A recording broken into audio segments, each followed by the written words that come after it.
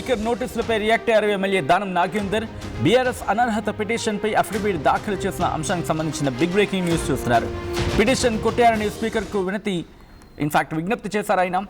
నేను బీఆర్ఎస్లోనే ఉన్నా అంటున్నారు దానం నాగేందర్. నేను ఇంకా బీఆర్ఎస్కు రాజీనామా చేయలేదంటూ చెప్పుకొచ్చారు ఆయన.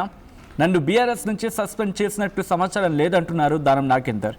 నేను పార్టీ మారినట్లు బీఆర్ఎస్ భావిస్తోందంటున్నారు.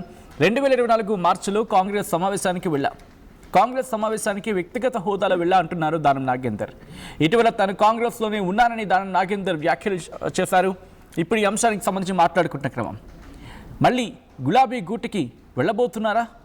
ఈ అంశానికి సంబంధించి మాట్లాడుకుంటున్న సందర్భం, దానం నాగేందర్ కాంగ్రెస్లో ఉన్నారా లేకపోతే బీఆర్ఎస్లో ఉన్నారా? ఆయన వర్షన్ ఏంటి? ఆయన ఏమంటున్నారు?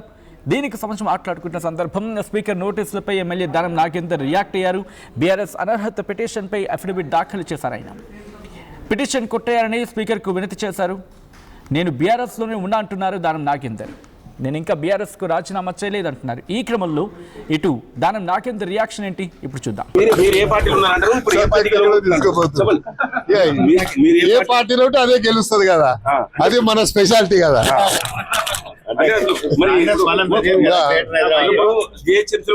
మీరే గెలవాలంటారు. ఏ పార్టీ గెలవాలి? పార్టీ పరంగా కాంగ్రెస్ గెలుస్తుంది కదా, ఇంకెవరు గెలుస్తే వేరే పార్టీ గెలుస్తుందా?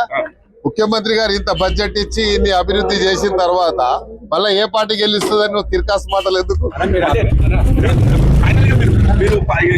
ఏ పార్టీ అంటే ఏం చెప్తారు? కాంగ్రెస్ చెప్తున్నాం కదా. కాంగ్రెస్